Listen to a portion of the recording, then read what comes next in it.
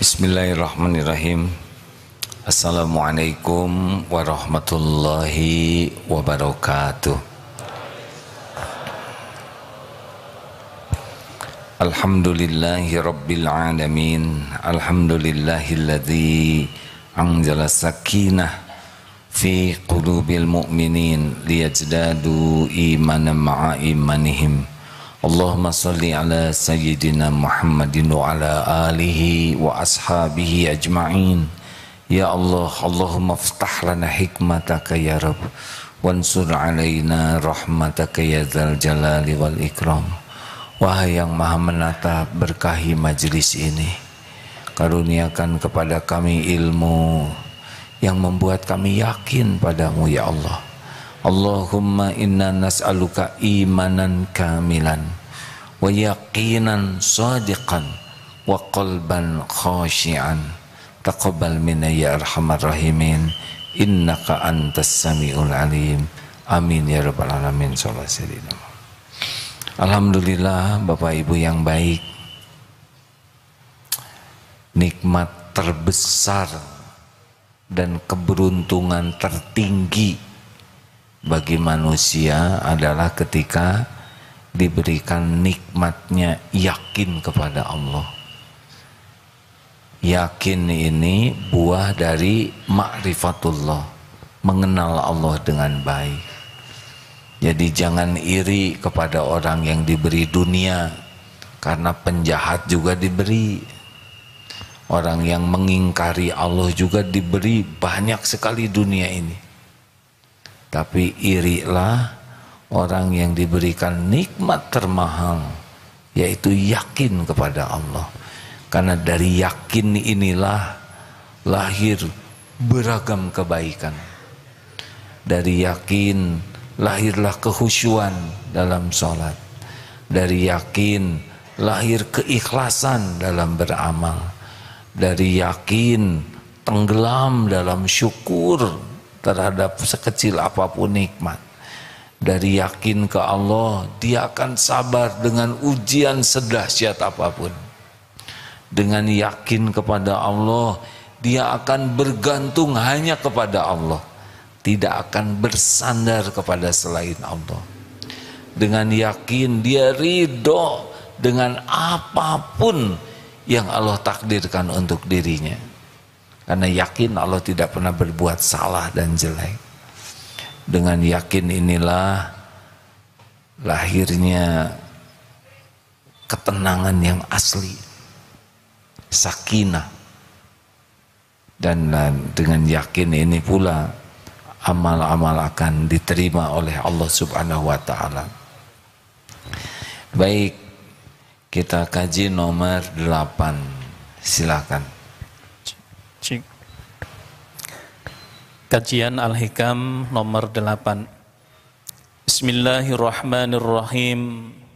Idza fataha laka wijhatan minat ta'arrufi fala tubali ma'aha in qalla amaluka fa innahu ma fataha laka illa wa huwa yuridu an yata'arrafa ilaika. Alam ta'lam anna ta'arrufa huwa muriduhu alaika wal a'malu anta muhdiha ilaihi wa aina ma tuhdihi ilaihi mimma huwa muriduhu alaika. Apabila Allah membukakan bagimu suatu jalan untuk ma'rifatullah, mengenal Allah, jadi Allah yang membukakan jalan, maka jangan terlalu terpaku kepada masih sedikitnya amal-amalmu.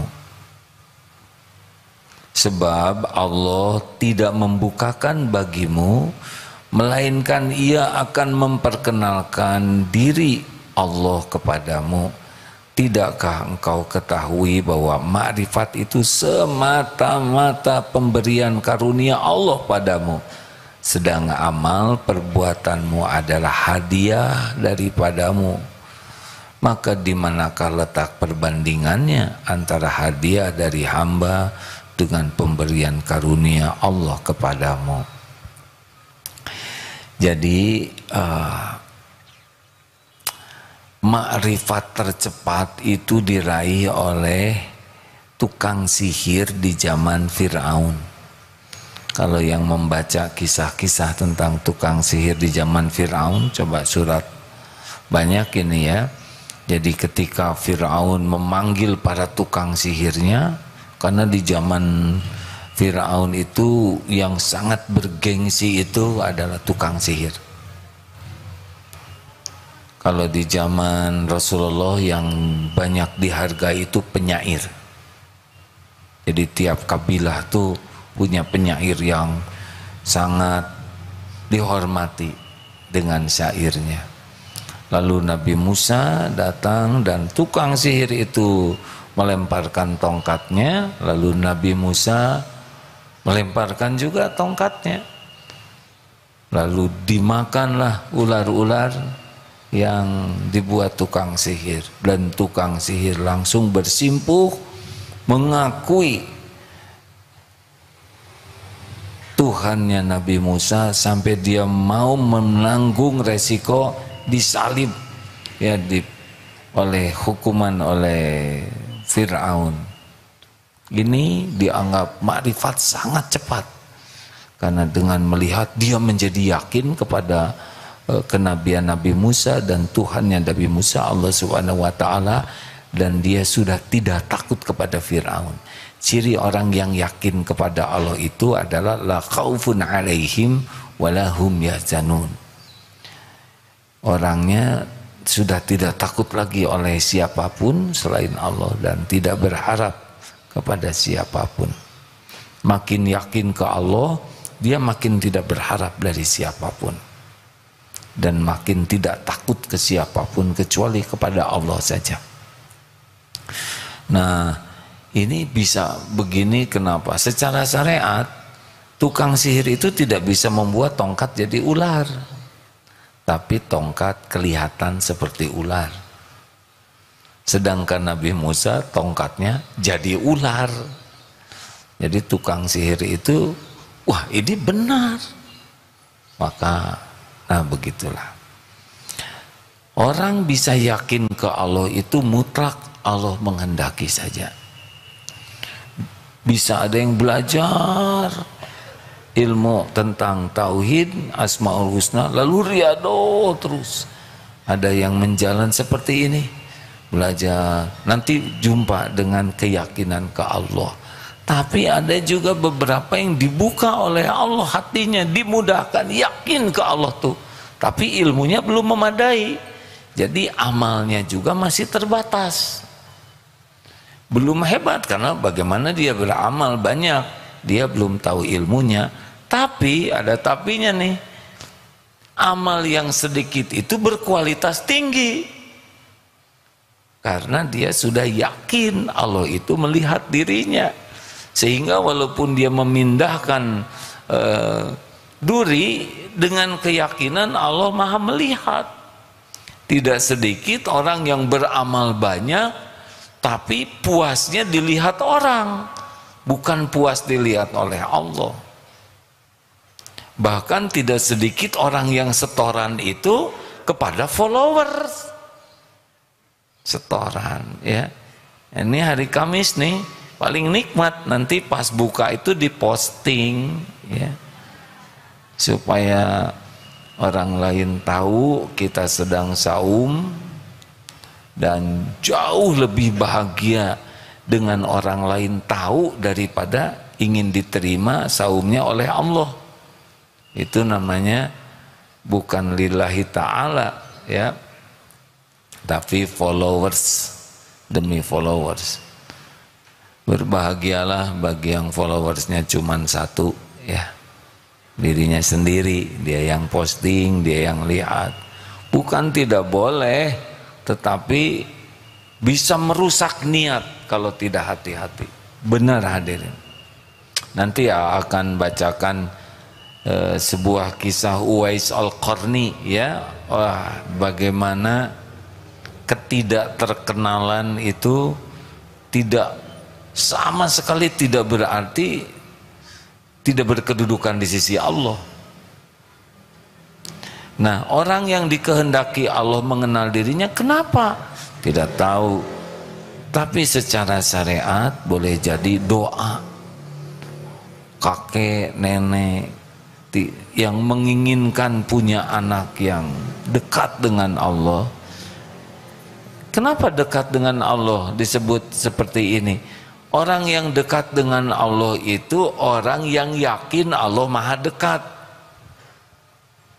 Seperti sekarang ini, siapa di sini yang paling dekat dengan Allah, yang paling istiqomah, yakin bahwa Allah sedang menatap dirinya, Allah sedang melihat, sedang menyimak, mengetahui pikiran, hati. Nah, ini tidak banyak yang seperti ini derajat ini. Ini derajat muhsinin, orang yang ihsan.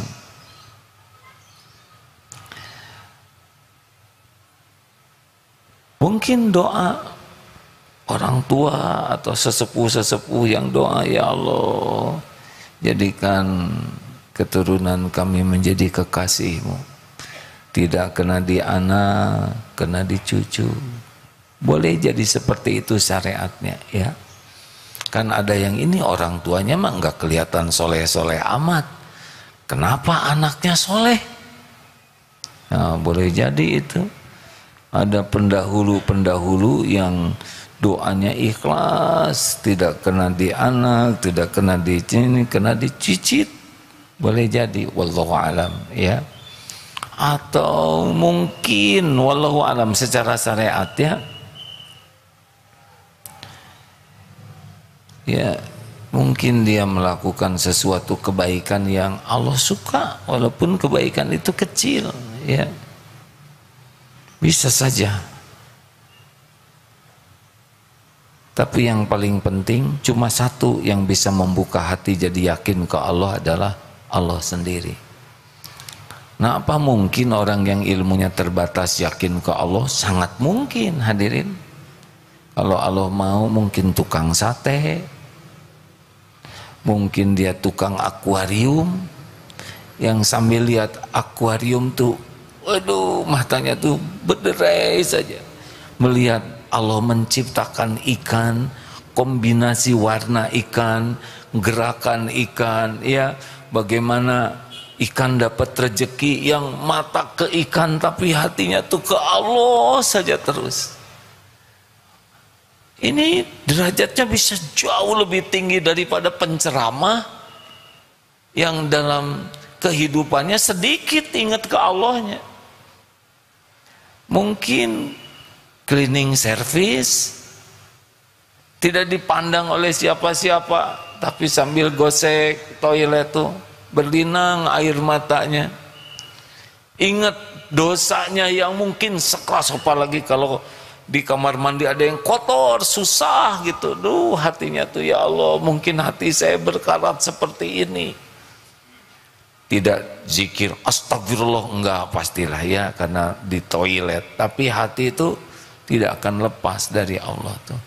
Mungkin tukang sayur yang sangat jujur, mungkin tukang surabi, ya, yang dia tidak pernah licik sama sekali, yang kalau tidak laku surabinya tuh senang karena dia bisa membagikan gratis. Atau mungkin pedagang di pasar lagi laku-lakunya tutup, ini lagi banyak yang beli, sudah azan tutup. Wah, nanti gimana, saya nggak beli ke sini? Gak apa-apa, yang ngebagiin rezeki Allah. Ayo sholat, sholat, sholat.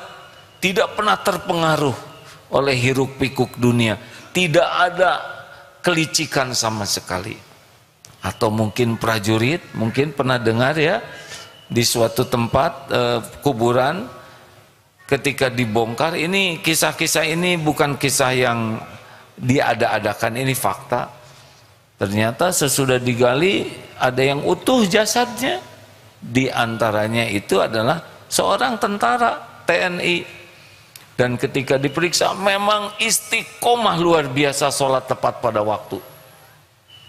Atau kemarin yang terkenal lagi, ada kuburan yang akan dipindahkan 3 utuh, ternyata marbot. Yang sebelumnya itu, yang dua itu bukan dari ahli agama, dari orang yang tobat saja. Jasadnya utuh walaupun sudah 30 tahunan dikubur. Ya, kalau orang yang dicintai Allah kan, malaikat Jibril tahu Allah mencintai. Lalu seluruh penghuni langit tahu Allah mencintai si fulan, maka cintailah. Maka diturunkan ke bumi, sehingga belatung, cacing, semua kan makhluk ciptaan Allah, semua itu bertasbih kepada Allah. Ya, dia tidak bisa melumat orang yang tidak dikehendaki Allah rusak jasadnya. Para kekasih Allah itu insya Allah jasadnya utuh, bukan dimumikan ya, tapi dikubur normal. Tapi makhluk-makhluk Allah tidak akan memakannya, karena tahu itu kekasih Allah. Mungkin seorang menteri atau mungkin seorang wali kota, aduh ya, pejabat tapi jujur, adil, pemimpin yang adil, tidak ada licik-licik, tidak ada silau, pada godaannya luar biasa. Kita rada godaannya ringan, dan nggak ada yang mau dikorupsinya ya. Atau seorang yang ganteng sekali atau cantik jelita, banyak penggemarnya, banyak peminatnya, banyak godaannya yang mau ke dia, tapi dia tetap godul basor, jaga pandangan walaupun hatinya bergolak ingin misalkan digoda, seperti Nabi Yusuf. Kan Nabi Yusuf itu ada secara manusianya, tapi takut ke Allah. Nah, itu juga melesat. Jadi, atau ibu-ibu, tadi belum disebut ya. Aduh, ngurus anak, tidak punya yang bantu-bantu. Uang dari suami cuma sedikit. Anak banyak, kontrakan sederhana, tapi tidak ada keluh kesah. Kepada episode, saya terima ya Allah, saya terima semua yang Engkau tetapkan ini, semua anak-anak titipanmu. Yang satu nangis, yang satu pipis, belum lagi ngasih makan, belum lagi harus ngepel, uang cuman terbatas, tidak ada komplain. Ya Allah, saya terima apapun yang Engkau berikan, saya bersyukur Engkau titipi. Capek, susah tidur, tidak ada hatinya tuh protes kepada Allah ini terhadap suaminya, penghasilan, sikap anak-anaknya. Terus hanya kebaikan, dan Allah tahu. Boleh jadi ini kekasih Allah nih. Cirinya itu halakosa, hayyin, layyin, qarib, sakhon. Tenang, puas dengan semua ketentuan Allah tuh, tidak ada komplain ya. Wah, ini kekasih Allah nih. Walaupun tidak kelihatan hebat, tahajud semalam suntuk atau banyak, atau saum Daud misalkan, tidak kelihatan baca Qur'annya sangat banyak, atau bahkan baru bisa belajar Qur'annya juga ya. Tapi belajar Qur'annya itu beda. Dia misal sudah umur 45 tahun baru belajar Qur'an, tapi hatinya tuh, Allah ampun, ampun.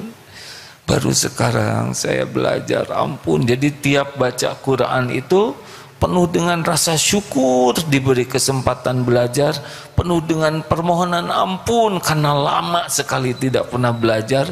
Jadi membaca tuh rasanya lebih tinggi daripada yang membaca hanya karena ingin setoran, membaca hanya karena ingin orang tua nyuruh hafal, atau calon mertua mensyaratkan hafal juz 30. Jadi memang ngebut ya, tapi sambil jengkel karena nggak hafal-hafal. Tapi ada yang baca Qur'annya belum banyak, tapi dijiwai sekali ya. Ya Allah, ingin bisa baca tuh. Allah tahu isi hati. Atau mungkin yang tidak punya salah terus dipenjara. Ada tuh orang-orang yang tidak salah. atau ya difitnah, dia di penjara, tapi di penjara dia ridho ya, dan di penjara tuh betul-betul dia minta ampun ke Allah. Atau ada orang yang berbuat maksiat, dibuka oleh Allah dosanya, dia ketahuan maksiatnya, tapi dengan dosa yang dibuka dia tobat, tobatnya itu tobat nasuha yang bisa ngegerus semua dosa-dosanya. Mungkin begitu. Kita tidak tahu bagaimana yang Allah ketahui setiap orang, karena Allah kan tahu setiap orang tuh semuanya Allah tahu ujiannya. Atau yang syukur aja, segala teh disyukuri, syukur, dia naik derajatnya karena syukur.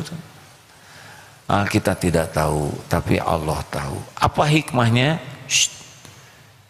Jangan suka memandang remeh orang lain, karena siapa tahu orang yang kita anggap remeh itu orang yang berkedudukan di sisi Allah. Mungkin baktinya ke orang tua. Nih bacakan ya.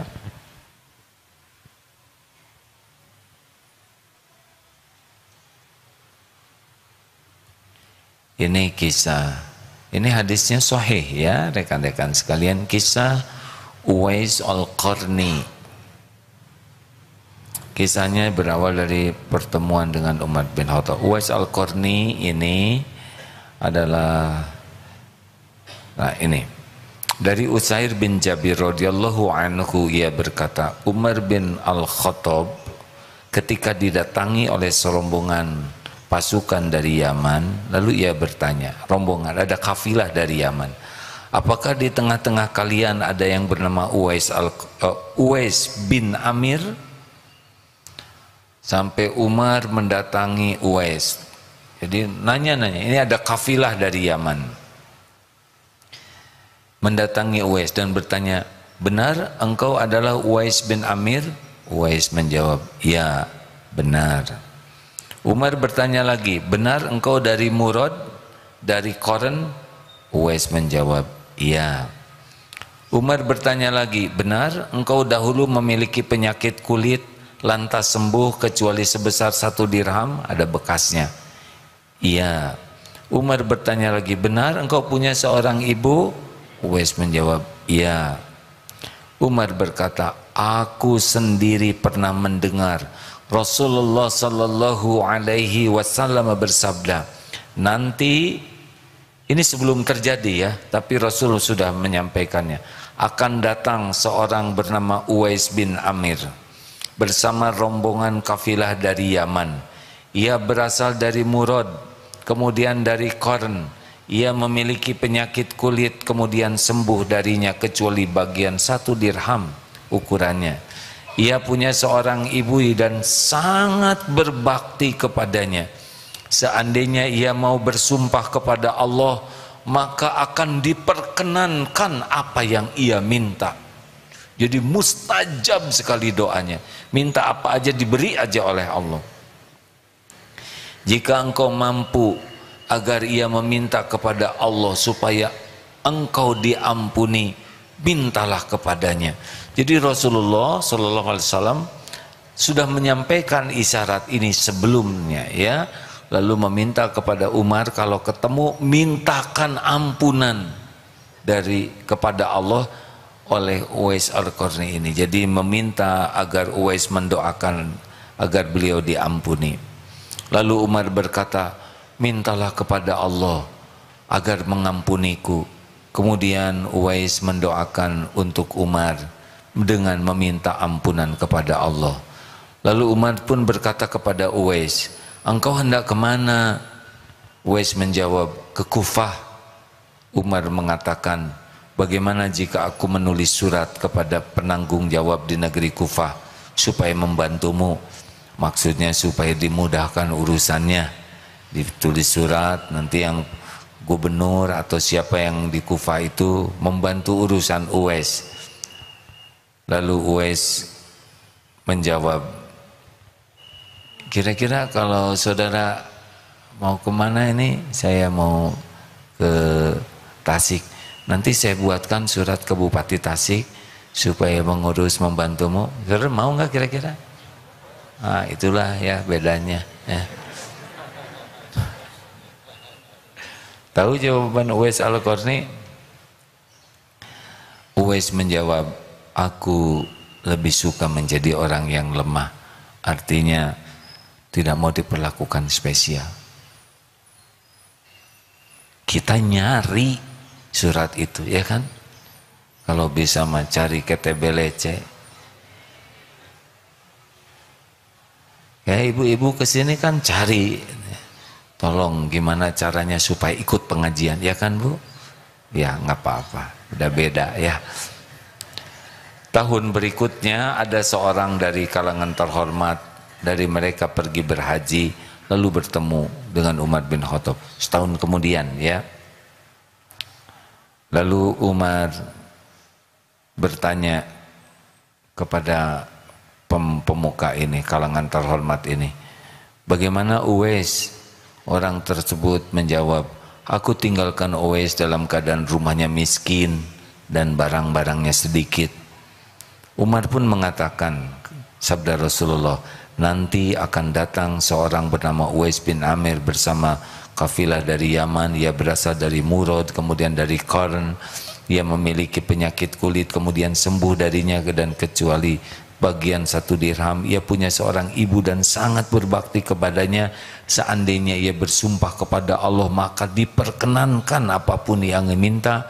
Jika engkau mampu, ia meminta kepada Allah supaya engkau diampuni, mintalah kepadanya. Lalu orang terhormat itu pun mendatangi Uwais, dan ia pun meminta kepada Uwais, mintalah ampunan kepada Allah untukku. Uwais menjawab, bukankah engkau baru pulang dari safar yang baik, dari berhaji? Mintalah ampunan Allah untukku. Uwais malah yang minta didoakan.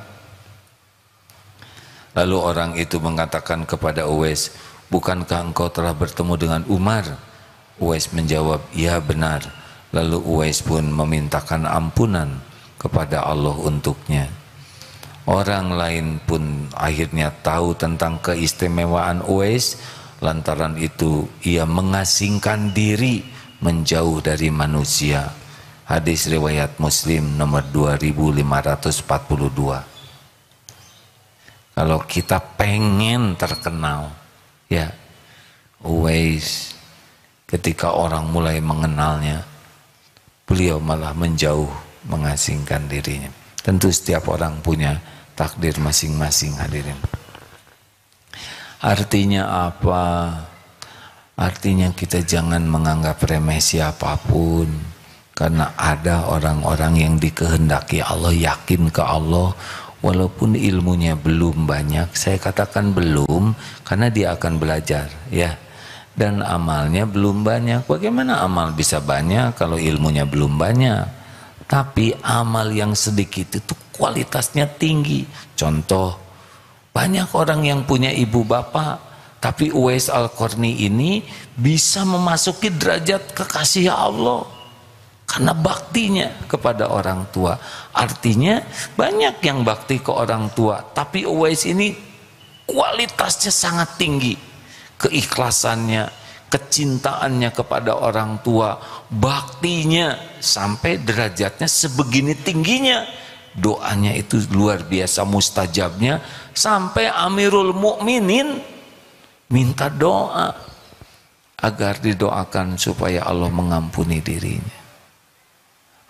Ini banyak pelajaran. Udahlah, sekarang jangan suka meremehkan orang. Siapa tahu yang diremehkan itu orang yang dicintai Allah. Kita cilaka karena menyakiti orang yang dicintai Allah. Mau tahu seperti apa sikapnya? Halo? Hei, monyong. Non, monyong. Draw, selesai. Kemonyong-monyong, ya. Tapi kalau kita menyakiti seseorang, dia tidak membalas, mulai bahaya buat kita nih. Hei monyong, semoga engkau bahagia. Lebih bagus lagi nih. Tadi dihina tidak menjawab, sekarang kita hina, dia malah berbuat baik kepada kita. ini lebih bahaya. Jadi kalau bapak nonjok, ditonjok lagi, nggak usah diamalkan ini ya. Tapi kalau lagi hilaf, misalnya cedok, nah itu aman. Tapi kira pret, semoga engkau dicintai Allah. Waduh, ini gawat ini. Berarti bukan orang sembarangan.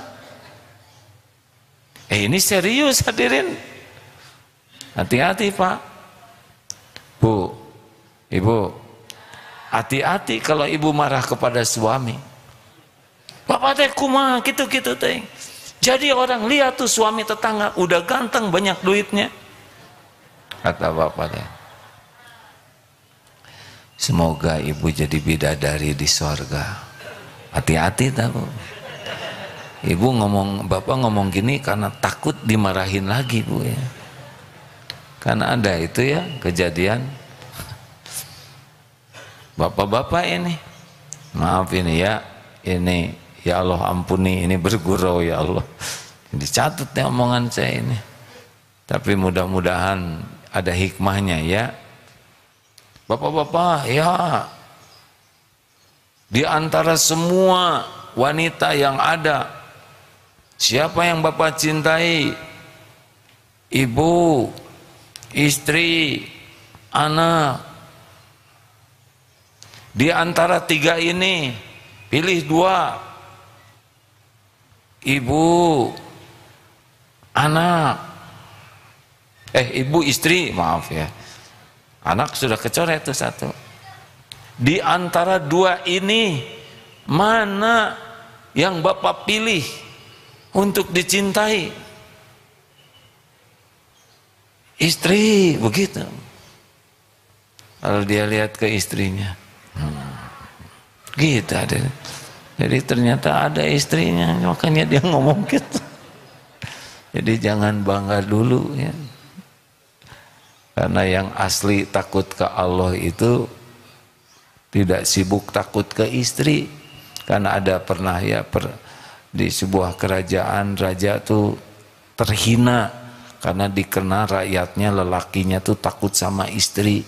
Namanya apa tuh? PSTI, Persatuan Suami Takut Istri. Saya sakit hati mendengar gelar ini. Siapa yang takut sama istri? Oke, saya lupa ceritanya. Yang pindah yang mana? Yang takut ke istri pindah ke sini. Pada pindah tuh. Tinggal satu. Wah, luar biasa. Saudara benar-benar pemberani. Selamat, bagaimana saudara bisa berani begini? Dia tidak pindah Pak. Ya, saya disuruh istri saya Pak, gitu Pak. Memang ini gurau tingkat tinggi ya hadirin ya. Kadang lama untuk diprosesnya itu ya, maaf. Astagfirullah. Tetapnya dicatat omongan ini teh hadirin. Ini sih ngegoda hadirin. Nah ini juga catat lagi, salah katanya nyalahin orang. Tapi pendek kata udahlah, sekarang kita tidak tahu. Walaupun ilmunya sedikit, walaupun ibadahnya standar, tapi kita tidak tahu, mungkin dia sangat banyak menangis di malam hari ya. Ampun ya Allah. Walaupun ikronya baru jilid 2, jangan diremehkan. Siapa tahu setiap bacaan ngaji itu penuh dengan rasa nyesal, begitu lama tidak bisa baca Quran, dan penuh rasa syukur diberi kesempatan baca Quran ya. Tidak ada sibuk dengan penilaian orang.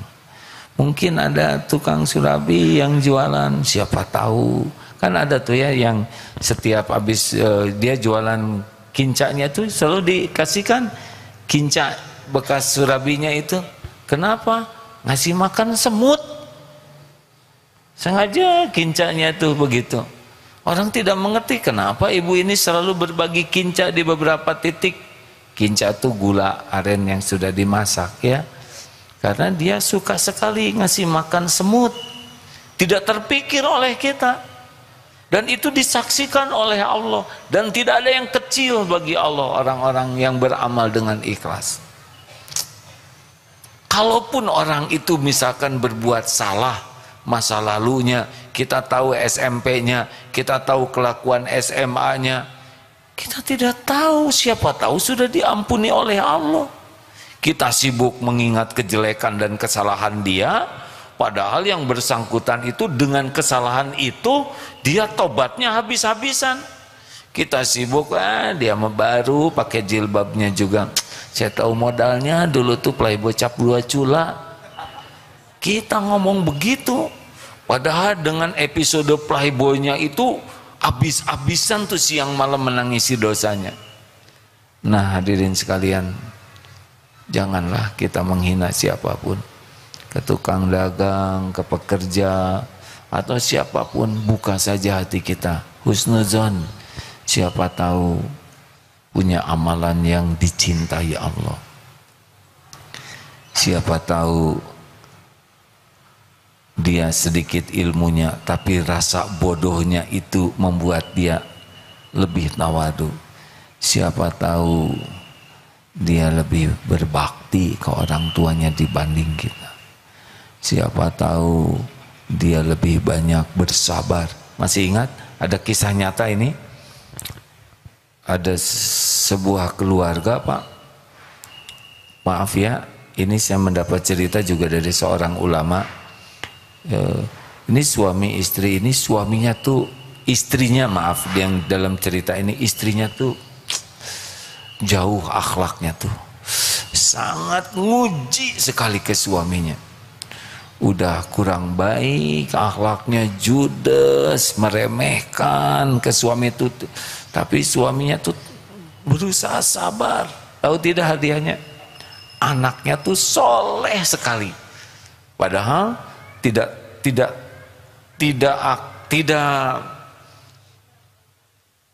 bapak ibunya tuh secara syariat susahlah ngedidik anak jadi sesoleh ini. Melihat sikap ibunya belum baik, bapaknya juga biasa aja, cuma sabarnya itu menghadapi istrinya tuh. Setiap kata-kata dan sikap istrinya yang kurang baik, ya Allah, saya ridho menerima ujian ini. Saya mohon ampun. Semua ini diundang oleh dosa saya dan saya pasrahkan kepadamu, ya Allah, urusan ini. Engkau yang membulak-balik. Allah tahu nih kesabaran suami ini menghadapi istrinya. Hadiahnya itu anaknya jadi baik sekali. Akhlaknya baik, ibadahnya baik, ilmunya juga baik, berkah. Nah, mungkin ada waktunya nanti istrinya yang dibuat baik oleh Allah, ya. Ada juga yang sebaliknya. Dulu pernah ada kisah nih, saya tidak boleh nyebut di daerah Cipadas ya, pokoknya di suatu tempat. Bapaknya suka judi dan mabok. Ibunya ikut-ikutan. Anaknya suka sekali baca Quran. Jadi kalau lagi di rumah itu anaknya mesantren, kalau pulang tuh di ruang tamu tuh judi, main domino dan sebagainya. Anaknya ngaji di kamar, ngaji terus, ya. Dari mana ini anak bisa begini? Mungkin berkah dari doa neneknya jatuh ke anak. Alhamdulillah sekarang keluarga itu tidak lagi berjudi, tidak lagi mabok. Berkah lewat anaknya. Allah yang membulak-balik hati. Makanya jangan meremehkan orang lain, jangan pernah berputus asa, ya, dari menjadi baik, karena mudah bagi Allah. Sekarang mah usahakan latihannya itu jangan berharap dari makhluk. Latihannya ini saja. Sudah, jangan pengen dipuji, jangan pengen dihargai, jangan ingin dikagumi, jangan ingin diberi, termasuk nggak disayangi juga udahlah. Nanti Allah yang ngebulak-balik. Dan nggak bisa dipaksa. Bu, ibu ingin dicintai suami? Ingin? Ingin tidak? Sebutkan kalau ingin, kalau tidak, Bu. Sebutkan bagaimana caranya. Tuh, diam. Ya. Bu, gimana caranya? Ini udah lama nikahnya belum? Sudah. Belum tahu caranya supaya dicintai suami? Kan? Belum. Coba gimana, sebutkan satu aja. Dimasakin enak mana dengan restoran, Bu? Dandan apa? Dipijit bahunya. Emang jadi cinta gitu, Bu? Kan keselewat leher suami gara-gara dipijit ibu. Mau tahu rahasianya, Bu? Apa? Dikerok. Segala pisan. Gini ya, Bu, saya kasih tahu ya, Bu.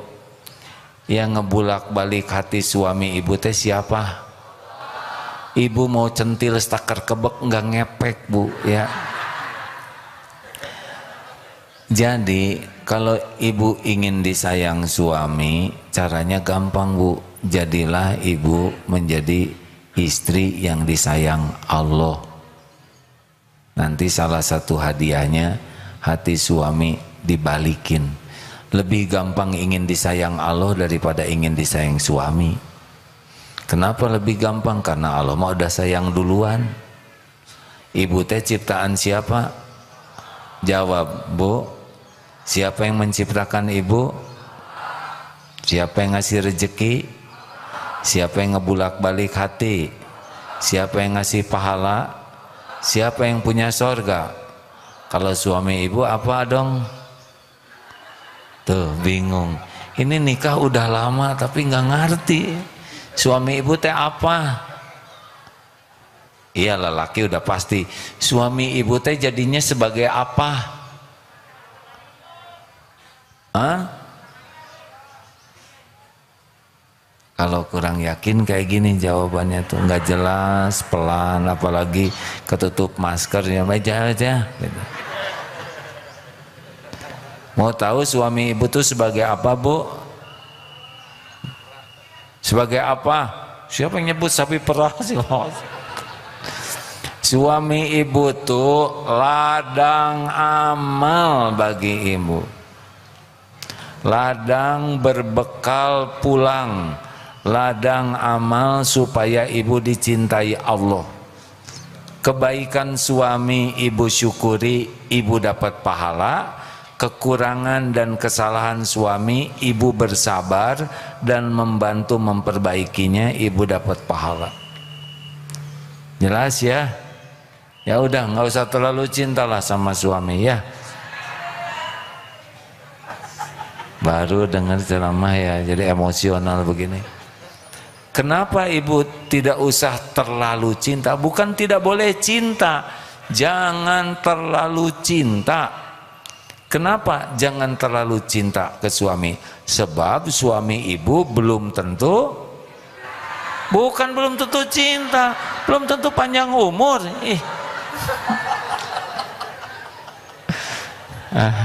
Ya, jadi tiap hari Kamis itu tamunya beda-beda, Pak. Yang diajarin kemarin balik lagi yang ini beda lagi. Jadi jawabannya tes standar salah terus. Siap-siap Kamis depan materi yang sama ini hadirin. Jadi jelas ya, Bu. Apa? Jangan banyak berharap dari suami. Ibu bakal banyak luka di hati ibu. Berharap mah dari ini kelompok pengajian mana ini? Melawan terus begini Ini pengajian hari Kamis teh serius, Bu. Ya Allah. Saya harus catat ini majelis taklim apa nih kan? Melawan terus. Maksud saya begini. Ini teh kajian tauhid, Bu. Kumaha ibu lah. Ya.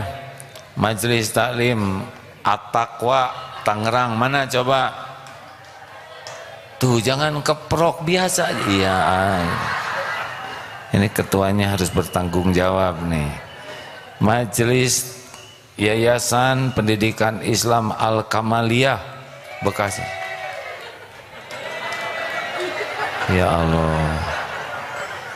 Ini jadi nanti gini, ke panitia penerima tamu di training dulu ya, supaya Masya Allah ya. Terima kasih. Itu pengajian teh serius hadirin. Tungtungnya jadi begini. Terima kasih ya Ibu Bapak. Jadi mulai sekarang kesimpulan, kalau ingin yakin ke Allah, ketahuilah hanya Allah yang bisa membuat yakin. Kita harus belajar ilmunya dan belajar mengamalkan. Kuncinya dua, belajarnya niat supaya dekat dengan Allah, dan mengamalkannya juga supaya dekat dengan Allah. Jangan belajar supaya diakui orang sebagai orang pintar, susah. Allah tahu niat jelek seperti ini. Jangan beramal supaya dianggap orang sebagai orang soleh, tidak penting. Tidak penting bagi kita penilaian orang, wah itu baik, itu enggak penting. Kepentingan kita cuma satu, Allah suka kepada kita ya. Yang kedua, jangan meremehkan orang lain. Siapa tahu yang diremehkan itu ternyata seperti Uwais Al-Qarni, orang yang berkedudukan di sisi Allah, yang doanya mustajab. Mungkin dia tidak ngebalas, tapi Allah nanti yang ngebalas karena menyakiti orang yang dekat dengannya. Yang ketiga, selain jangan merendahkan orang lain, ya kita pun usahakan jangan berharap dari siapapun selain ke Allah aja. Sebelum bicara ke makhluk, bicara aja ke Allah yang maha mendengar ya. Ingat dalilnya Al-Baqarah 186 yang senantiasa dibacakan. Wa idza sa'alaka 'ibadi anni fa inni qarib ujibu da'wata da'i idza da'an falyastajibu li falyu'minu bi la'allahum yarshudun. Kapanpun hamba-hambaku bertanya kepadamu wahai Muhammad tentang aku, tentang Allah, katakan aku adalah dekat, aku kabulkan orang-orang yang berdoa jika ia meminta kepadaku. Oleh karena itu hendaklah patuhi yang Allah perintahkan dan yakin kepada Allah agar senantiasa dalam kebenaran. Mudah-mudahan kita, keluarga, anak-anak kita termasuk ahlul yakin kepada Allah yang istiqomah sampai husnul khotimah. Allahumma sholli ala sayyidina Muhammad wa ala alihi wa ashabihi ajma'in. Doa ya Allah yang maha menatap, alhamdulillahi rabbil alamin. Allahumma inna nas'aluka imanan kamilan. Karuniakan kepada kami ya Allah iman yang sempurna, wa yaqinan shadiqan, keyakinan yang benar ya Allah, wa qalban khasyian, hati yang khusyuk, wa lisanan zakiran, dan lisan yang selalu basah menyebut namamu. Ya Allah, jadikan diri-diri kami dimanapun kapanpun selalu ingat padamu. Allahumma a'inna ala dzikrik wa syukrik wa husni ibadatik.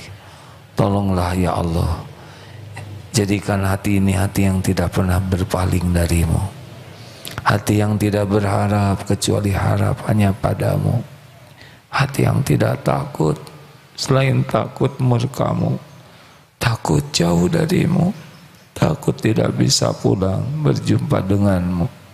Ya Allah, tolonglah kami agar menjadi hamba yang senantiasa bersyukur dengan apapun yang Engkau beri, dan tolonglah kami agar bisa menjadi hamba yang mengabdi padamu.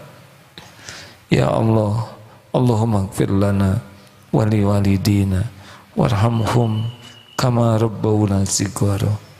Allahumma ighfir lil mu'minina wal mu'minat wal muslimina wal muslimat al ahya'i minkum wal amwat. Ya Allah, jangan cabut nikmat iman ini, jangan cabut keyakinan ini ya Allah. jangan cabut keislaman kami. Ya muqallibal qulub, tsabbit qulubana ala dinik. Rabbana la tuzigh qulubana ba'da idh hadaitana wa hab lana min ladunka rahmah innaka antal wahhab. Allahumma hawwin alaina fi sakaratil maut. Allahumma inna nas'aluka husnal khatimah wa na'udzubika min su'il khatimah. Rabbana atina fid dunya hasanah wa fil akhirati hasanah wa qina adzabannar. Ya Allah, sembuhkan yang sedang sakit ya Syafi. Berikan kelapangan yang dihimpit kesempitan, kesulitan ya Fattah. Berikan kecukupan yang sedang kekurangan ya Ghani. Lepaskan dari lilitan hutang ya Razak. Ya Allah, angkat derajat yang dihina dan direndahkan. Lindungi yang terancam dan teraniaya. Ya Allah, himpun para ulama dan umatmu ya Allah. Lindungi dari apapun yang menghijab kami darimu. Taqabbal minna ya arhamar rahimin. Innaka antas sami'ul alim. Taqabbal minna ya karim. Amin ya rabbal. Terima kasih. Kita tutup dengan doa akhir majlis. Subhanakallahumma wa bihamdik, asyhadu alla ilaha illa anta, astaghfiruka wa atubu ilaik. Assalamualaikum warahmatullahi wabarakatuh.